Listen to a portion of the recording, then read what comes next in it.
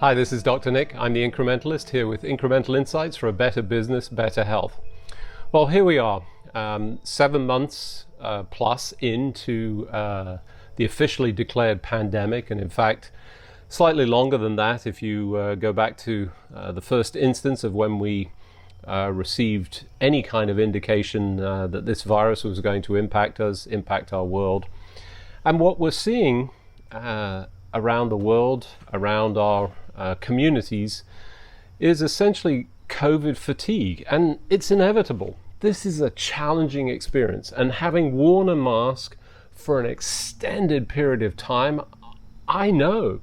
Imagine if that's your circumstance. So think about it from, for example, your supermarket employees who are in a circumstance where they have to wear this equipment that covers the mask or covers the face and essentially makes for a very messy environment. It sort of, creates lots of moisture around your face. It doesn't allow your skin to breathe, creating some real challenges. And for each of us, got to remember, I'm still finding myself forgetting. I had to return at one point when I forgot to go out with a mask.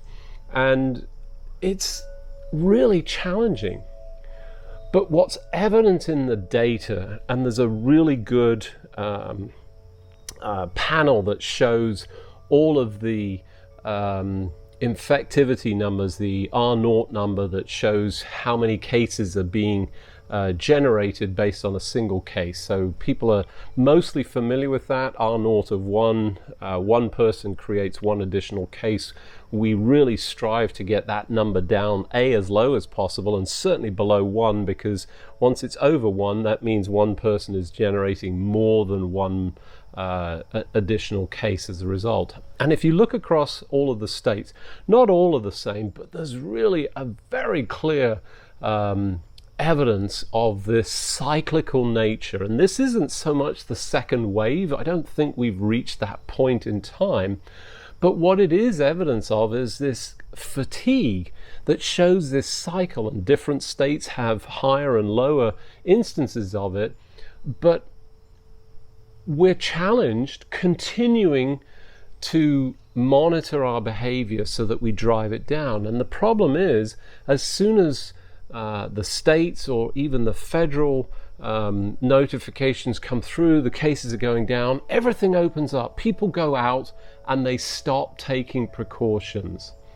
And one of the challenges we have is continuing to push these protective measures, and we know what they are. Let's focus on the things that we know work today. Face coverings, and wearing them at all possible instances. To be clear, if you're outside, there's nobody around, there's no need to wear a face mask. But in some instances, I've talked to people who continue to do so just from a perspective of sending the appropriate message, I'm protecting you. So, that's something to think about, although obviously I understand if people want to take a break, but really having it handy and making sure that when people approach, you have that mask on.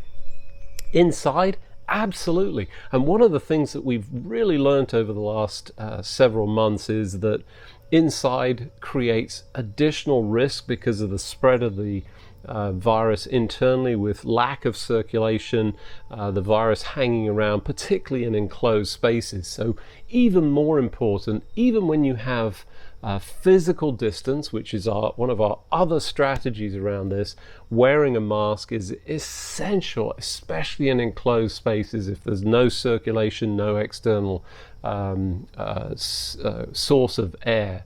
And then finally, cleanliness. And I have to say, I've seen the decline. At one point, it was really quite gratifying to see the number of people that would enter a restroom and wash their hands. That's fallen off.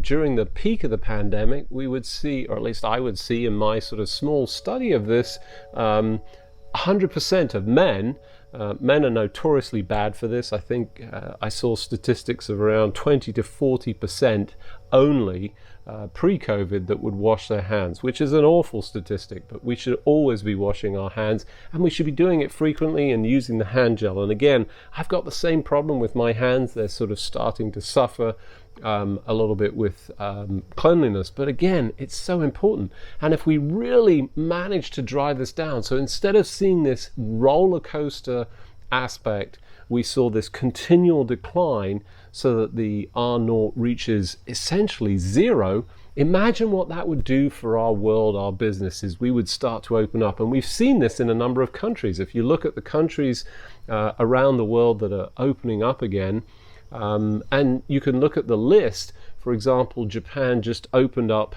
its borders for people coming in, not requiring quarantine, specific countries. So they're obviously recognizing it in other countries. You can look around.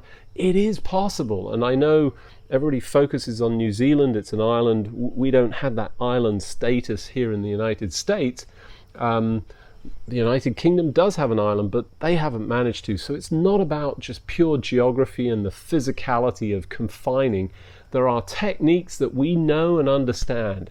And if you want your business and your life to return to normal, we have to persist. So we can't go, woohoo, things are over, let's open things up. I'm going to go out to the, without using all of the precautions that we continue to need and want. So incremental steps in this specific instance is don't let your guard down. This is not the end.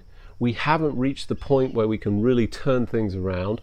We certainly don't have the other mechanisms to prevent the spread of this virus. The vaccine, that's going to still be a while coming, and we don't have any certainty that these vaccines will come. We do have better treatments, but ultimately it's all within our control. So if you want your business, your life to reopen, what you need to do is to focus on continuing to follow the guidelines. It's simple. There are 3 incremental steps. Use your face covering at all times if at all possible, and certainly inside and when around other people. Make sure you maintain your physical distance from others, and use good hygiene, especially hand hygiene and washing of hands and using of hand gel. That's the way that we reopen society and return to some level of normality, whatever that's going to be. This is Dr. Nick. I'm the Incrementalist, here with incremental steps for a better business and a better life.